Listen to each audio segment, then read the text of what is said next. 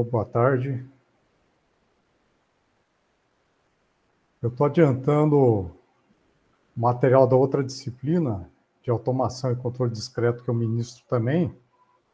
E ontem a gente teve uma reunião sobre as atividades híbridas, ou sobre as disciplinas que podem retornar como disciplina com atividade ou retorno às aulas em modo híbrido, que seriam as atividades que seriam, ou as disciplinas que poderiam retornar no modo híbrido, que poderia ser uma parte ministrada presencialmente e uma parte remotamente.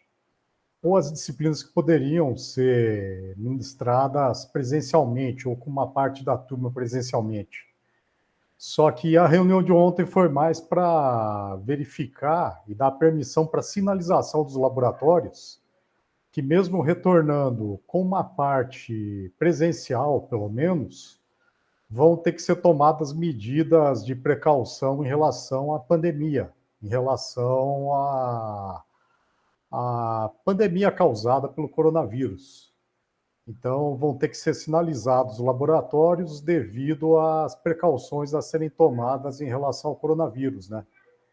Então, agora, para se adentrar nas dependências da UTFPR, então a gente vai ter que, obrigatoriamente, é claro, utilizar a máscara, passar álcool em gel, então a UTFPR tem que disponibilizar álcool em gel em todas as dependências, pelo menos nas entradas. Nos laboratórios vão ter que processar a higienização, e aí vamos ter que verificar para as disciplinas, então para essa disciplina aqui de lógica reconfigurável, se vai ser possível ministrar ela de modo remoto. E ela é possível ser ministrada remotamente. Com o material e do modo que ela era ministrada anteriormente, na forma presencial, é possível ministrar ela remotamente também. Haviam algumas universidades também, outras universidades federais também, que ministravam disciplinas similares, como disciplinas de microcontroladores, da forma remota, com dispositivos de modo remoto. Também eu já havia comentado isso também, para ministrar de forma remota, né? Fazer um acesso remoto com os kits e as aulas de forma remota, ao software de forma remota também. Só que primeiro a gente tem que disponibilizar as aulas, né, as atividades assíncronas daí gravadas, que antes eram ministradas nas aulas presenciais, tentar colocar elas gravadas na forma assíncrona, depois disponibilizar as práticas da forma remota. Então, colocar elas de forma remota, aí com webcam, para vocês consigam acessar o material remotamente. Que seriam os kits, né? Esse kit de desenvolvimento das ILEX. A plaquinha filha, a Dogter Board, do kit de desenvolvimento com dispositivo de lógica reconfigurável da disciplina, para que vocês possam acessar e ver como é que ele está operando, né? Aí ele tem que ser disponibilizado remotamente, porque a licença que a gente dispõe, elas são... A gente tem 9 licenças e a gente tem 6 placas desse tipo.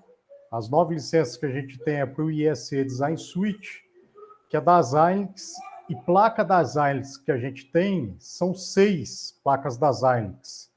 Aí eu não sei por que eles adquiriram aqui na UTFPR de Cornélio Procópio 6 placas das Xilinx e 9 licenças. Aí tem 6 placas da Xilinx e 3 placas da Altera. Aí poderiam ter adquirido mais 3 placas da Xilinx. Eu não sei por que fizeram isso. Porque não fui eu que adquiri, né? Foi alguém na época lá que pegou, adquiriu. Eu não estava aqui na época que adquiriram isso. Então não pediram a minha opinião para adquirir, né? Alguém lá da coordenação, na época, pegou lá e fez o pedido de compra. Aí fizeram isso. Não sei nem quem foi que fez isso. Então, adquiriram 6 placas da Xilinx e nesse pacote vieram 9 licenças. Aí essas licenças, elas são licenças via web, então são disponibilizadas via rede. Isso quer dizer o quê? Que elas ficam em um servidor aqui na TI da UTF-PR, aí esse servidor, ele deixa elas na internet, deixa elas, quer dizer, em rede. Então, toda vez que você acessa o ISE Design Suite, esse ISE Design Suite que você acessa no laboratório. Daí essa licença fica na máquina do laboratório para ela ser acessada via rede. Então, você acessando, você tem que acessar ela via uma máquina que está ligada na rede da UTF-PR, para pegar daí no servidor da TI da UTF-PR. Então, tem que ser uma licença que está ligada na rede de um computador que você vai acessar. Desse computador tem que ter acesso à rede da UTF-PR de Cornélio Procópio, da UTF-PR de Cornélio Procópio. Tem que ser de um servidor daí que esteja com essa licença interligado na rede daí da UTF-PR. Ou seja, você tem que pegar um computador que esteja interligado na rede da UTF-PR, que esteja também localizado, em que esteja localizado esse servidor, né? Então, é um servidor de rede, é uma licença de rede que a gente fala, né? Uma web license, né? Uma web license não, é uma licença de rede, né? De servidor que a gente fala. Então, uma licença que eles disponibilizam de rede, é uma licença para rede ou de servidor por um conjunto de computadores, para uma licença de rede, né? Por um certo número de computadores. Então, eles disponibilizam uma licença para 10 computadores em rede, para 5 computadores em rede, justamente para treinamento, por exemplo. Você pega ali para uma sala ali que tem 10 computadores ligados em uma rede local, 5 computadores, 9 computadores, dependendo do tipo de licença que você adquire. Então, na época que foi adquirido, foi uma licença para uso acadêmico, que é justamente para a finalidade da UTF-PR, que a gente utiliza ali. Sendo para uso acadêmico, fica em um servidor de rede, que é essa licença que a gente tem. Então, quando eu configurei ali, que foi em 2019, porque em 2019 foram trocados os HDs dos computadores da P211, onde vocês teriam a aula presencial, foram trocados os HDs dos computadores da sala lá por SSDs. Então, eles tiveram que formatar os HDs, porque trocaram por SSDs, então eles formataram, aí reinstalaram outra vez os softwares de EDA, Electronic Design Automation, os SEs Design Suites, os tools de ferramentas, né? Então, eu tive que pegar e reinstalar novamente o ISE Design Suite. Então, fiz o mesmo procedimento que vocês poderiam, que era recomendável vocês fazerem, pegar e fazer o download do ISE Design Suite. Eu peguei na rede do laboratório lá, peguei e reinstalei em todos os computadores outra vez o ISE Design Suite, o 14.7 lá. Aí eu peguei a licença de rede lá e coloquei o caminho daí para mapear na rede da UTF-PR lá a licença no servidor daí da UTF-PR, onde está a licença, onde se localiza a licença. Só que lá daí é um caminho de rede. Vocês, a hora que vocês instalam aí, se vocês têm um usuário cadastrado no site da Xilinx, aí vocês vocês têm direito a uma web license da Xilinx. Aí é mais vantajoso para vocês, é recomendado também que vocês tenham, sendo daí um engenheiro com ênfase em eletrônica, um engenheiro da área eletrônica, é recomendável que vocês tenham daí um cadastro nessas empresas que desenvolvem dispositivos de lógica reconfigurável, assim como em outras empresas também de dispositivos eletrônicos, como a ARM, como a Intel FPGA, como a própria Intel também, não só a Intel FPGA, como a própria Intel, né? A ARM, que cuida de arquitetura, desenvolve arquitetura computacional de dispositivos ARM, os Snapdragon, que utilizam a ARM também,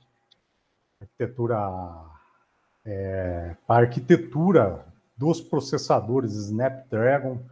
a própria Snapdragon também, os fabricantes de circuito integrado, como a TSMC, outros fabricantes de circuito integrado também, a própria Samsung faz circuito integrado também, fabrica e faz projeto também.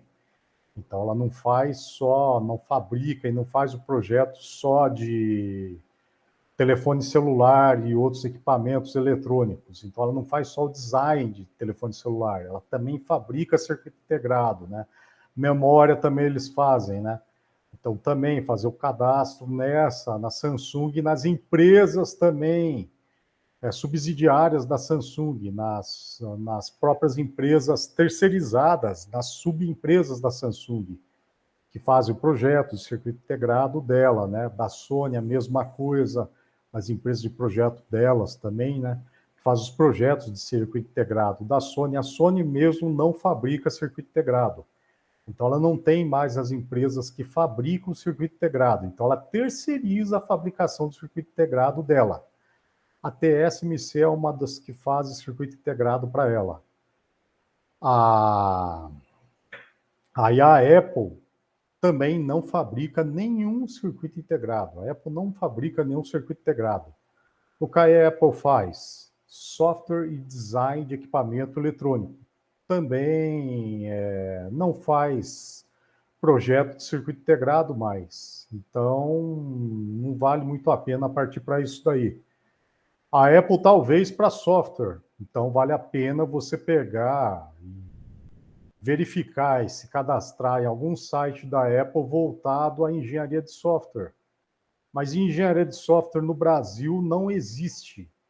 No exterior existe engenharia de software. Então, sim, no exterior vale a pena pesquisar e se cadastrar em sites da Apple voltado à engenharia de software. A Apple mesmo cuida mais da parte de design. Então, é nisso que eles pescam o usuário de equipamentos da Apple, Macintosh, iPhone, iPad e assim por diante. Então, eles pegam mais o usuário, conseguem bastante usuário dos produtos deles, mais voltados ao design, e design de software também, do produto deles.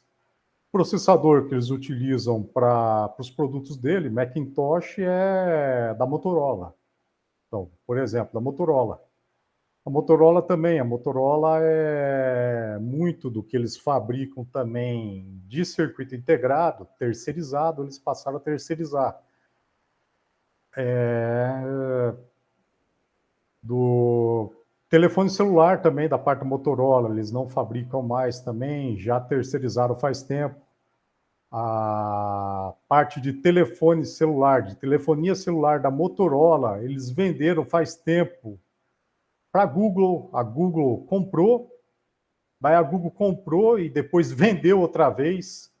E por que isso? Porque daí a Motorola já estava querendo pegar e transformar em um sistema operacional da própria Motorola, e aí a Google, para não perder o Android, para a Samsung não fechar em um sistema operacional próprio da Samsung para os celulares dela, a Google comprou então a parte de telefonia celular da Motorola para manter o Android e deixar o Android forte, e como um sistema operacional aberto para o desenvolvimento para desenvolvedores independentes.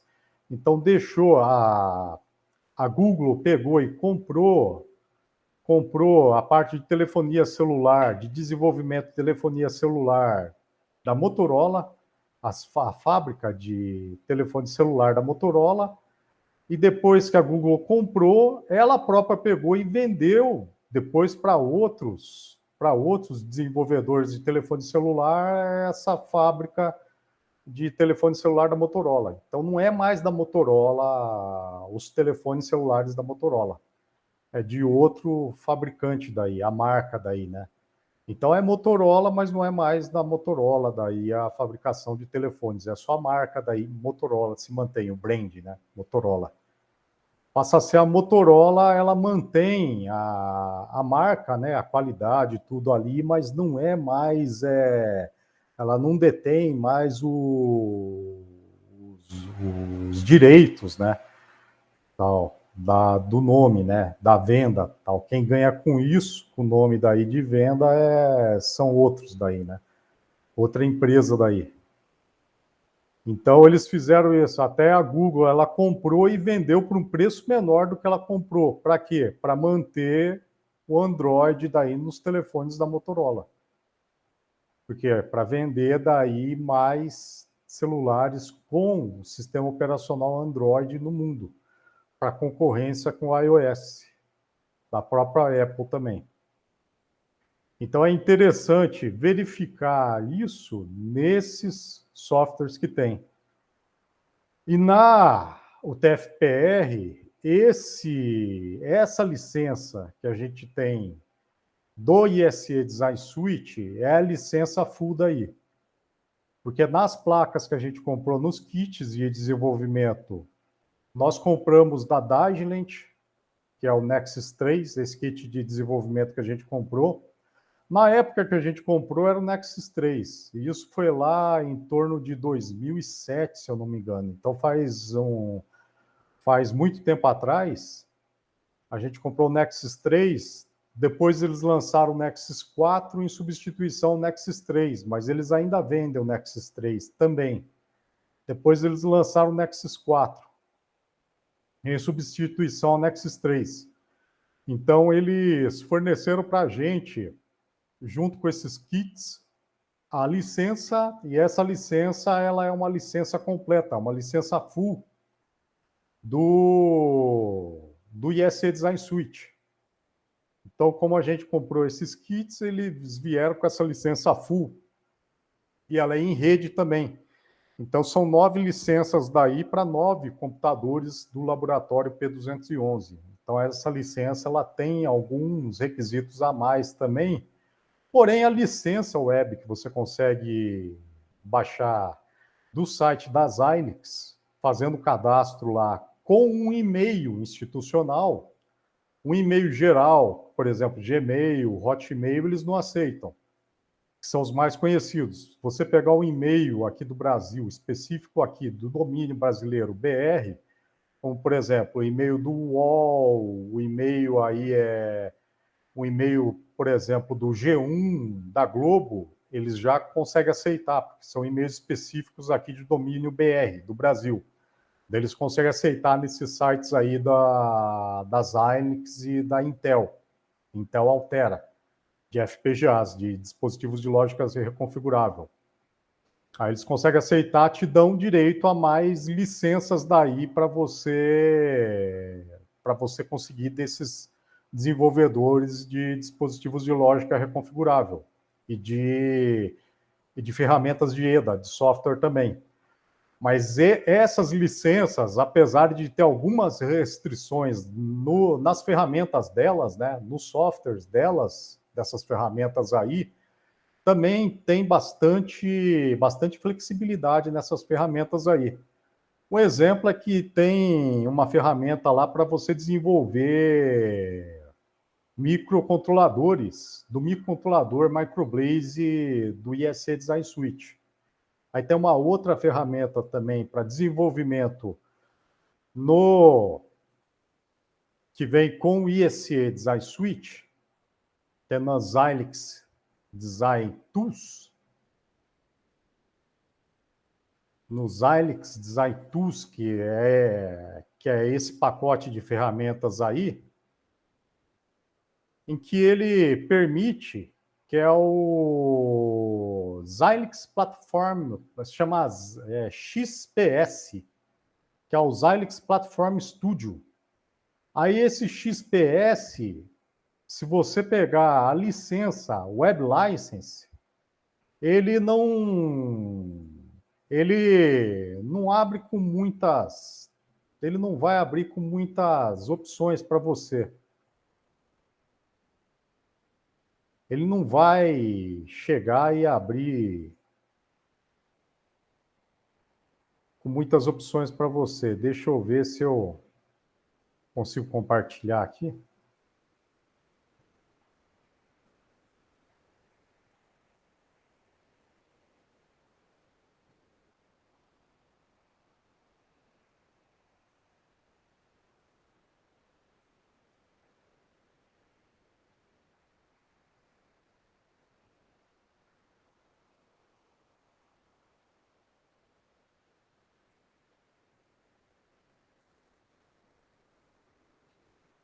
Então, você vem no Xilinx Design Tools,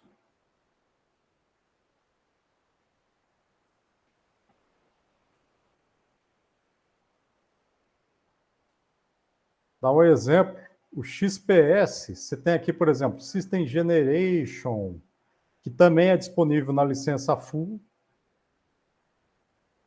Tem Core Generator. Core Generator tem alguns cores, que são alguns circuitos que não são disponíveis na Web License.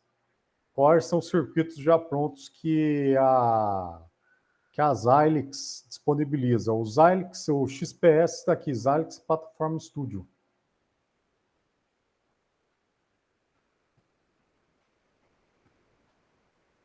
É lá o XPS, Graphic User Interface.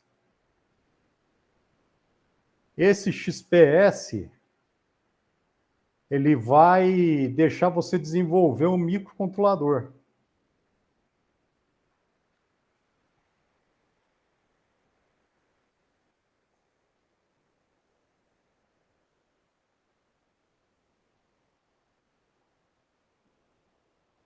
Que é o Microblaze.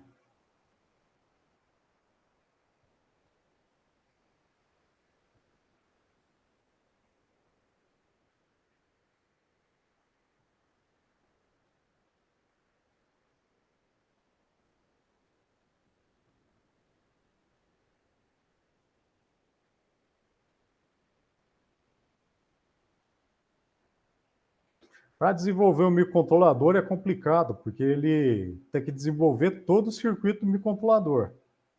Então ele tem que criar a memória do microcontrolador, que é a memória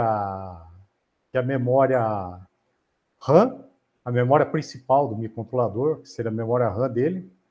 Para criar a memória do microcontrolador, ele tem que criar o contador de instruções que está vinculado a essa memória. Então tem que ter um contador vinculado ao endereço dessa memória RAM. Depois desse endereço dessa memória RAM, ele tem que criar também o decodificador de instruções que está ligado a essa memória RAM também. Então, para essa memória RAM, ele tem que criar o decodificador de instruções, o circuito decodificador. Para esse circuito decodificador, ele tem que criar também um registrador de instruções. Então, ele tem que criar um registrador de instruções que está ligado a essa memória RAM e que está ligado também a esse contador de instruções também. Aí, para isso, ele tem que criar também a unidade lógica aritmética. E esse circuito decodificador de instruções tem que estar ligado ao microcódigo, isso que gera o microcódigo e assim por diante. Isso daqui, não sei se vocês estão vendo aí, ó, BSB quer dizer Board. Board não, é Base System Builder, que é o construtor do sistema base do microcontrolador. Esse daqui é um projeto que você tem se você já tem uma base para o seu sistema, que é outra coisa também que você constrói, que é uma plataforma de hardware que você pode construir para o seu microcontrolador. Se você não tiver, você vem aqui, ó, Blank Project, criando aqui. Coloca o nome do seu projeto ali, ó. Você cria ali. Colocar ali, projeto 1, escolhe a tua arquitetura.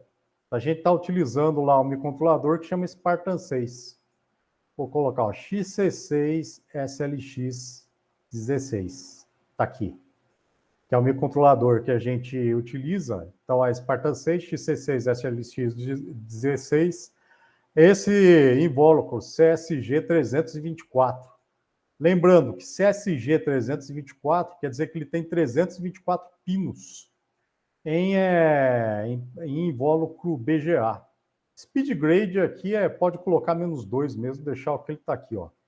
Se você tiver outros aqui, outros arquivos aqui para ele, você pode colocar tudo isso daqui, tá? Esse é só é só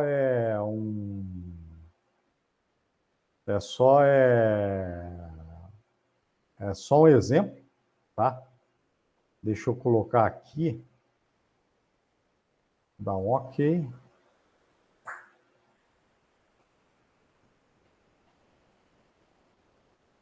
EDK, que não está no EDK. Deixa eu ver uma coisa aqui.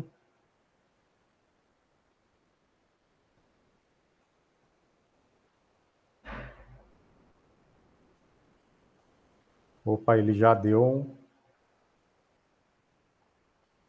pau aqui.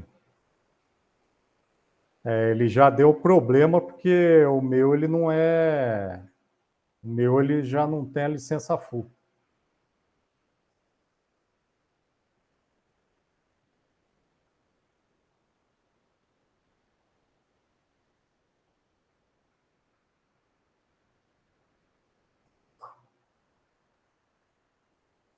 Aí, eu estou utilizando uma licença aqui que já não é a licença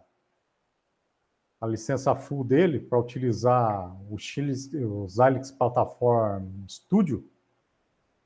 Então ele já me dá um problema aqui para não utilizar o diretório mesmo diretório de instalação do software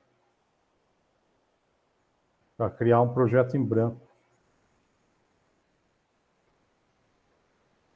Aí, ó. Aí ele já fecha que ele não me deixa criar o diretório, salvar ele, o diretório de projeto.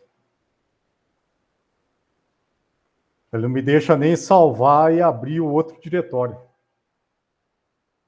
Que não seja o diretório que ele me permite lá. Então, tem esses inconvenientes dele aí, que não tem a licença, que tem outras ferramentas que ele já não deixa pegar e instalar, tem algumas restrições ali, em que ele vai pegar e no diretório do help, na instalação do ISC Design Suite,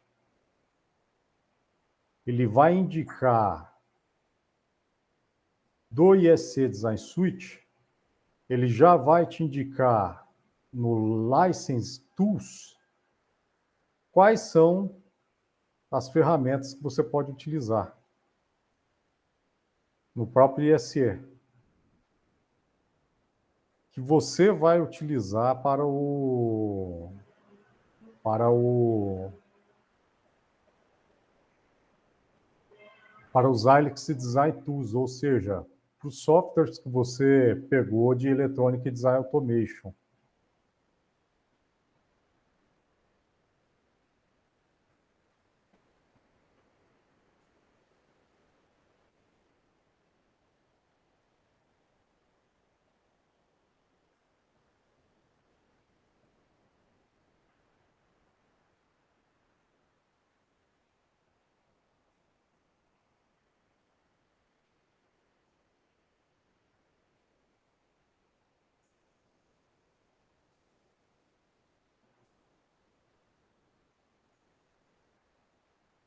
Então, vocês vêm aqui no ISE Design Suite, no Help. Para vocês verificarem aqui, Manage License, né?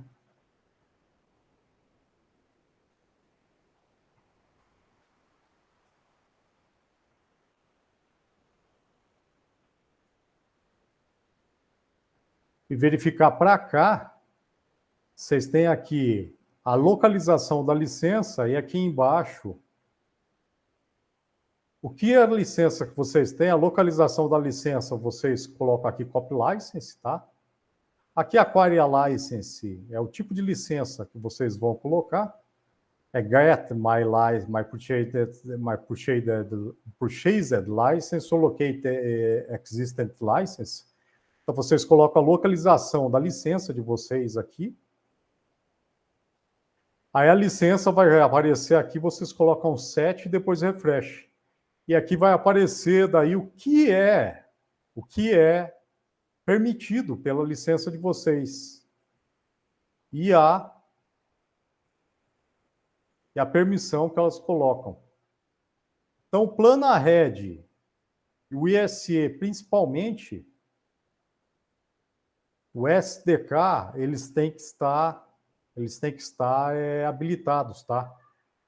O Chipscope é uma habilitação que permite fazer a depuração como se fosse um analisador de dados. É como se fosse um osciloscópio digital aqui no próprio ISE Design Suite. só que ele precisa ter o FPGA ou dispositivo de lógica reconfigurável conectado e funcionando junto com o ISE Design Suite. Ou seja, conectado ao computador em que está rodando o ISE Design Suite. Então, você tem que conectar o dispositivo de lógica reconfigurável via USB ou via alguma interface com o computador que está conectado aqui o ISE Design Suite, para estar rodando aqui. Aí via essa opção aqui, ó, Analyze Design Using Chipscope. Para habilitar o Chipscope, você tem que utilizar e tem que configurar uma área de memória dentro do ISE Design Suite. Aqui, quer dizer, dentro do FPGA, você tem que configurar uma área de memória para ele ir armazenando os dados de algumas áreas de lógica reconfigurável dentro do seu FPGA. Então, se a gente tem uma calculadora ali dentro do FPGA, se a gente configurar o circuito da calculadora dentro do FPGA, como vocês vão fazer no projeto 1, e você quer pegar algumas áreas de memória da sua calculadora, do seu circuito, por exemplo, você quer pegar os dados de saída de um display ali, de 7 segmentos. Isso você tem só olhando para o display, mas você quer pegar ali e verificar algum erro ali, de saída do decodificador ou de entrada do decodificador BCD 7 segmentos. Você não tem a entrada do decodificador BCD 7 segmentos, você quer pegar a entrada dele, para ver se tem algum erro. Então você pode pegar através desse Chipscope Pro, porque você não tem a entrada ali aparecendo. Você só tem a saída do display, mas você quer a entrada dele em binário. Você não tem essa entrada aparecendo lá. Você tem a saída do display, que são 7, daí a saída dos displays, né? De cada display ali, você tem ali os 7, né? Displays ali aparecendo, mas você não tem a entrada que está em binário, que são 4 bits. Então, se você quiser pegar essa entrada, você pode utilizar esse Chipscope aqui. Mas para utilizar ele, você tem que configurar uma área de memória dentro do FPGA. Então, você tem que criar um outro circuito dentro do FPGA para fazer tipo uma depuração da memória dentro do FPGA. Isso daqui não está aparecendo.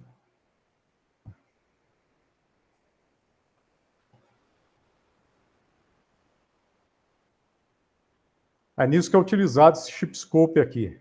Então, ele vai funcionar aqui dentro do ISE como se fosse um osciloscópio. Só que, para isso, eu tenho que pegar e configurar uma área de memória dentro do FPGA, e aí essa área de memória ela vai estar funcionando mais ou menos em tempo real no FPGA em funcionamento, se comunicando aqui com o computador que vai estar rodando o ISE com o FPGA em funcionamento. Aí o ISE vai estar mandando dados dessa área de memória do FPGA, que vai mandar esses dados, por exemplo, das entradas em binário do FPGA para o ISE aqui, e vai estar mostrando esses valores aí em binário aqui no ISE, no computador.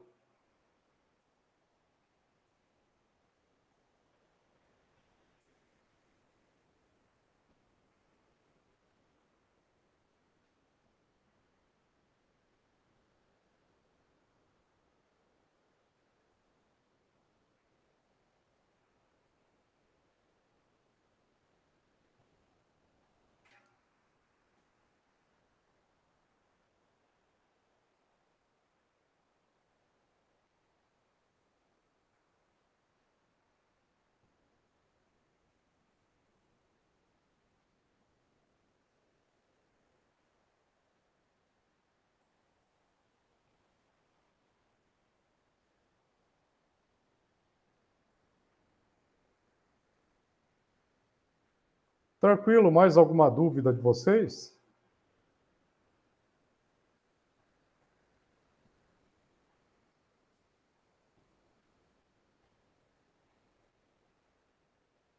Medida eu estou atualizando agora o site lá da turma de automação e controle discreto, que é outra disciplina que eu ministro lá para a turma para o curso de engenharia de controle e automação. Eu estou atualizando o site deles lá, que eles estão com dúvida no projeto deles, que eles têm que entregar para as avaliações deles. Aí, terminando lá, eu vou atualizar o de vocês também, terminar as atualizações que eu tenho de vocês. Eu vou colocar as atividades síncronas que eu já passei de vocês, que eu tenho que revisar algumas aqui, que eu tenho que editar. E eu vou terminar também a atualização daquele material teórico e desses daqui também, que eu vou ter que passar essa parte aqui do Chipscope também para vocês, a demonstração dessa, e atualizar para vocês também. E eu tenho que verificar essa parte da disciplina. Que eu estava falando aqui, eu vou ter que verificar com a coordenação, que eles disseram lá que tem disciplina que vai poder ser ministrada remotamente. E eu creio que essa disciplina aqui de lógica reconfigurável pode ser ministrada remotamente. Quer dizer o quê? Que ela pode ser colocada remotamente. Porque tem universidade que até antes do... Quer dizer, até antes não, há muito tempo já eles passam conteúdo, por exemplo, com microcontroladores, eles já passam de forma remota. Tipo assim, eles colocam um ambiente de laboratório remoto. Eles deixam a placa no ambiente, tipo com uma webcam. Aí o aluno, eles pegam a programação de microcontrolador e um kit de desenvolvimento remoto com uma webcam e programam o microcontrolador remotamente. E eles veem o experimento da programação do microcontrolador remotamente ali. E eles vão testando. Isso também existe na demonstração para esse kit de desenvolvimento que vocês têm aqui. Só que não remoto. No laboratório dá para fazer isso. Na demonstração dessa placa aí existe também para isso daí. No primeiro no primeiro não. Quando você descarrega o primeiro descarregamento, o primeiro circuito para se testar a placa, ele tem a demonstração disso, dos circuitos da placa daí, dos circuitos periféricos da placa. Então dá para fazer isso, disponibilizando os computadores daí para colocar, para descarregar os circuitos da placa. Tem que se verificar como é que se faz para colocar o aplicativo do ISE com a licença FUDA aí para vocês, né, remotamente, do laboratório lá. Aí outros itens também, aí tem outros detalhes, né? Deixar disponível daí, ver os horários que tem que ficar disponível para ligar, desligar e verificar os problemas que tem, verificar a questão de login, né? Verificar fila também, como é que vai ser feito o acesso por fila, né? Se tiver alguém acessando o kit, aí outro pegar e quiser acessar no mesmo horário, como é que vai ser feito isso, né? Aí tem questão também de, às vezes tem script também, porque tem script se eu não me engano, o script que ele utiliza aqui no ISE depois é TCL. Aí tem que verificar isso também, se o script vai ser possível ser utilizado ou não, vai ser a utilização por script. Tem algumas questões aqui, né? Pode ser feito, a questão é ver o nível de dificuldade e complexidade, né, que é feito para se implementar isso, né? Ok? Daí, muito obrigado a vocês, então. Uma boa tarde daí e até mais.